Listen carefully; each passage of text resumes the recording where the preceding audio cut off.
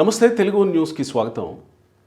నిన్నటి నుంచి భీమవరం డిఎస్పి జయసూర్య విషయంలో ఒక వివాదం కొనసాగుతుంది. దానికి సంబంధించి పవన్ కళ్యాణ్ కొన్ని ఆదేశాలు ఇవ్వడం, ఆ తర్వాత హోమ్ మినిస్టర్ స్పందించిన తీరు మీద అక్కడ వివాదం కొనసాగుతుండగానే జయసూర్య మీద వచ్చిన ఆరోపణల నేపథ్యంలో ఆయన వివరణ కోరారు అని ఈరోజు పక్క కాన్స్టిట్యున్సీ అయిన ఉండి నియోజకవర్గ ఎమ్మెల్యే రఘురామకృష్ణరాజు గారు ఆయన మీద అలాంటి ఆరోపణలు ఉన్నట్టు లేదు, బేసిక్గా నాకు తెలిసి ఆయన మంచోడే అన్నట్టు ఆయన సర్టిఫికేట్ ఇచ్చేసాడు. అంటే ఒక రకంగా పవన్ కళ్యాణ్ చెప్పిన దానికి ఈయన భిన్నంగా మాట్లాడడం అతిపెద్ద చర్చనీయాంశం అయింది. ఇప్పుడు మరి ఎందుకు ఇట్లా అవుతుంది అర్థం కాని పరిస్థితి అయిపోయింది. కందుల రమేష్ గారు ఉన్నారు, సీనియర్ జర్నలిస్ట్ రమేష్ గారు, ఏం అర్థం అవుతుంది మీకు ఈ విషయంలో? ఇది కూడా అగైన్ ఒక ఇండివిజువల్కి సంబంధించిన అంశం కదా. ఇట్లాంటి అంశాలు లో ఏంటంటే పూర్తి వాస్తవాలు ఎవరికి తెలియదు. అంటే ఆ డిఎస్పీ మంచివాడా కాదా తెలియదు. అతను మంచివాడు కాదని కొంతమంది వెళ్ళి పవన్ కళ్యాణ్ గారికి ఫిర్యాదు చేసినట్టున్నారు. చేస్తే ఆయన రియాక్ట్ అయ్యాడు.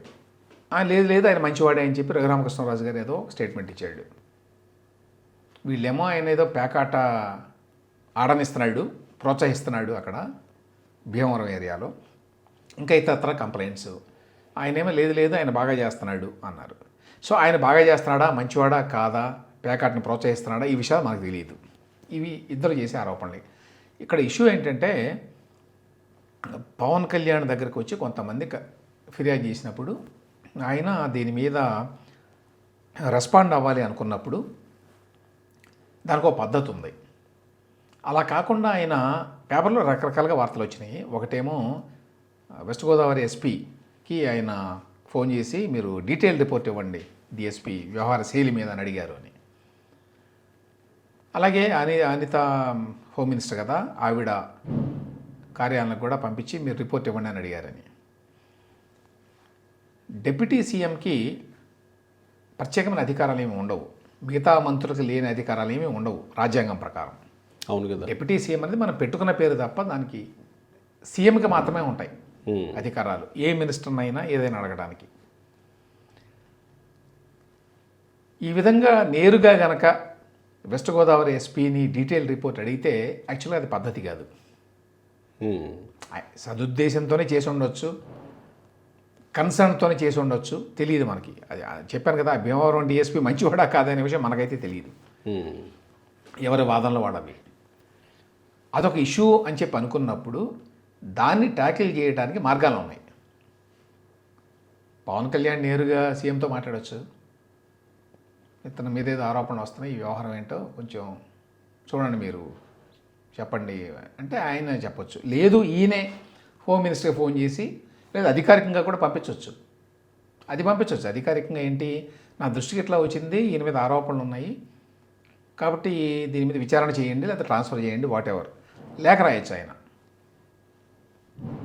ఏది ఇంటర్నల్గా, జనరల్గా పబ్లిక్ చేయరు ఇట్లాంటివి. సాధారణంగా అడుగుతుంటారు, ఎమ్మెల్యేలు కూడా అడుగుతారు, మా దగ్గర సీఏని ట్రాన్స్ఫర్ చేయండి వెంటనే, ఇతను సరిగ్గా లేడు, సక్రమంగా లేడు, ఏదో ఆరోపణలు చేస్తూ ఉంటారు. అడుగుతారు, లెటర్లు కూడా రాస్తారు అఫీషియల్గా. ఏంటి, ఇతను వ్యవహార శైలి బాగాలేదు, ఇతను లంచగొండి, అది ఇంటర్నల్గా జరుగుతాయి అవి. అందుకని దాన్ని పెట్టి పబ్లిక్లో చేయరు. పొలిటికల్గా కాంట్రావర్సీ చేద్దామని అనుకుంటే తప్ప. కొన్నిసార్లు ఎమ్మెల్యేలు ఇట్లాంటి వాళ్ళు ఏంటంటే వాళ్ళ మాట నడవలేదు అనుకోండి, ఆ సీఎం ట్రాన్స్ఫర్ చేయకపోతే అప్పుడు ప్రెస్ మీట్ పెట్టి చెప్తారు, ఇది ఇతను ఇట్లా అట్లా మేము ప్రభుత్వ దృష్టికి తీసుకొస్తున్నాం అంటారు. అప్పుడు ఈయన సీనియర్ పొజిషన్లో ఉన్నాడు కాబట్టి అట్లా చేయలేడు కదా పవన్ కళ్యాణ్. సో ఆయన నేరుగా ఇట్లా మాట్లాడడం అనేది గతంలో కూడా చేశాడు. యాక్చువల్లీ అది కరెక్ట్ కాదు. మరి ఆయనకి తెలిసి చేస్తున్నాడో తెలియక చేస్తున్నాడో మనకు తెలియదు. చాలామంది ఆయన డిప్యూటీ సీఎం కాబట్టి, సీఎం తర్వాత వ్యక్తి కాబట్టి ఆయనకు కూడా అధికారాలు ఉంటాయి అందరి మీద అనుకుంటున్నారు. మిగతా మంత్రుల మీద, మిగతా డిపార్ట్మెంట్స్ మీద అధికారాలు ఉండవు. ఒక జిల్లా ఎస్పీ వేరే మినిస్టర్ కనుక అడిగితే రిపోర్ట్ ఇవ్వమని ఇవ్వరు, అసలు అడగరు ఎవరు, ఎందుకంటే పద్ధతి కాదు కదా అది.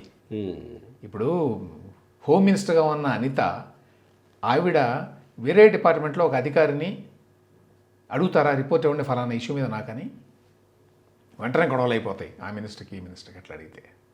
అడగరు అట్లా. అడగరు అట్లా. ఏదైనా ఉంటే ఆ మినిస్టర్కి చెప్తారు, ఇట్లా ఉంది వ్యవహారం మా జిల్లాలో మా కాన్స్టిట్యున్సీలో అని.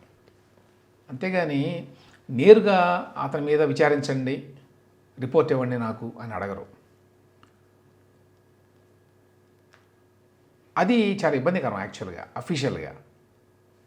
ఇప్పుడు ఇక్కడ పాయింట్ ఏమిటంటే పొలిటికల్గా పవన్ కళ్యాణ్ అట్లా అడిగినా కూడా దాన్ని సర్దుకుపోయేటువంటి తత్వం ఉండొచ్చు మిగతా వాళ్ళకి ఆ కూటమిలో. అనిత ఏమన్నది ప్రెస్ మీట్లో, ఆవిడ కూడా అదే అన్నారు కదా, అడగగానే మాకు ఈగోస్ ఏమి లేవు. మీకు ఈగోస్ లేకపోవచ్చు, గౌరవం ఉండొచ్చు పవన్ కళ్యాణ్ మీద, పార్టీ నాయకుడు చాలా సీనియరు, అది ఇది అని ఉండొచ్చు, వాళ్ళకి తప్పేం లేదు. కానీ అది వేరు, రాజ్యాంగ పరంగా ప్రభుత్వం నడిచే విధానం వేరు. అవును కదా, వాటిని పాటించాలి. పాటించకపోతే ఇబ్బంది అవుతుంది. అనుకోకపోవచ్చు కానీ చూసే వాళ్ళకి తెలుసు కదా ఇది కరెక్ట్ కాదని. ఇది ఈక్విలిబ్రియం ఉంటుంది కదా, అది దెబ్బతింటుంది ప్రభుత్వంలో. ప్రభుత్వం అట్లా నడవకూడదు. ఈయన అడిగితే పని కాకుండా ఉండదు. ఒకవేళ నిజంగా ఏదైనా ఇష్యూ ఉంటే అందులో పవన్ కళ్యాణ్ అడిగితే, మనం చూస్తున్నాం కదా ప్రభుత్వంలో ఎట్లా ఉందో. ఆయన ఏదైనా ఒక ఇష్యూ రైజ్ చేస్తే వెంటనే అటెండ్ అవుతున్నారు కదా వీళ్ళు. అవునవును. మరి అయినా కూడా ఆయన ఇది రెండోసారా మూడోసారి అనుకుంటా ఇట్లా జరగడం. గతంలో కూడా 1-2 సార్లు అతిపెద్ద వివాదం అయింది గతంలో ఒకసారి, నేను హోంమంత్రిని అయితే అన్నది అనిత విషయంలోనే. ఆవిడ మంత్రిత్వ శాఖకి సంబంధించి ఇట్లా మాట్లాడాడు ఆయన. ఇదైనా వేరే ఇష్యూ అయినా కూడా ఆ విధంగా నేరుగా జోక్యం చేసుకోవడం కరెక్ట్ కాదు.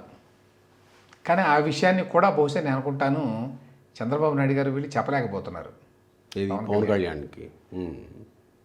ఆయనే గ్రహించాలంతే. మరి ఇప్పుడు ఈ వివాదంలో తాజాగా రఘురామకృష్ణరాజు గారు చేసిన అది లోకల్ పాలిటిక్స్ నేను అనుకుంటున్నాను.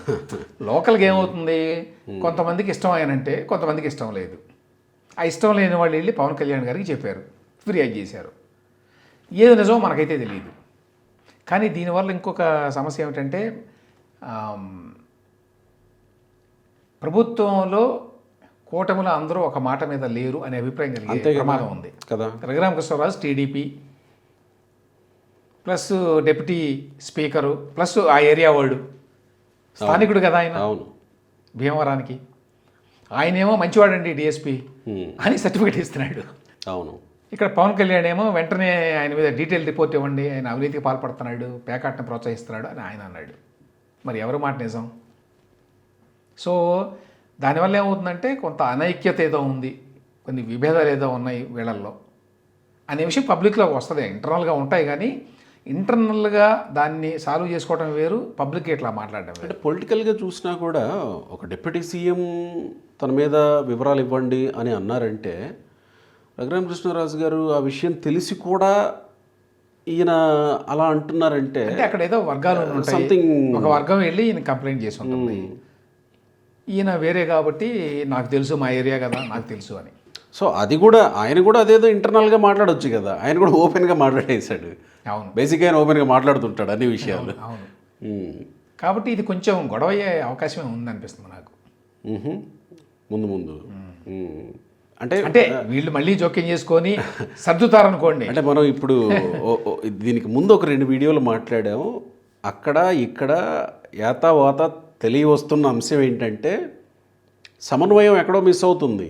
సమన్వయం మిస్ కావడం ఒకటను, పొలిటికల్గా ఏంటంటే అతి జాగ్రత్త వల్ల జరిగే నష్టాలు కొన్ని ఉంటాయి. కందుకూరు విషయంలో అది, దాన్ని ట్యాకిల్ ఎట్లా చేయాలో అట్లా కాకుండా వేరే రకంగా చేస్తాం అన్నట్టుగా చేశారు అది. రైట్. అదేవిధంగా వైజాగ్ విషయంలో కూడా విషయం కనుక్కోకుండా ఎవరి తప్పు ఎవరిది ఒప్పు అని ఆ ఇద్దరిని పిలిచి అక్కడ పడేయండి రైట్ అని, ఇవన్నీ ఎడాక్ పరిష్కారాలు, రైట్, అవి పర్మనెంట్ పరిష్కారాలు కాదు. రైట్. Thank you.